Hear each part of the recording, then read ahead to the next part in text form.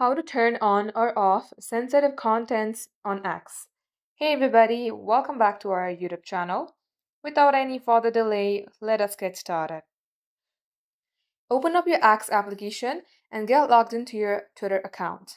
Then tap onto your profile on your top left. Here, expand the option that says Settings and Support, then tap on Settings and Privacy. Then here, tap on Privacy and Safety. And here you will see content you see at the third option. Tap onto it and tap on sensitive media. Now, by default, it is set to warn for all these three options. Tap on graphic violence, then tap on never show this. If you would like to turn it off, then you can tap on show all. Do the same for others as well. And now the graphic violence contents will never be shown in your Twitter page. And that is how you can do it.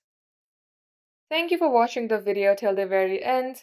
If it had helped you in any ways, then do like and subscribe. We will get back to you soon with more tutorials like this.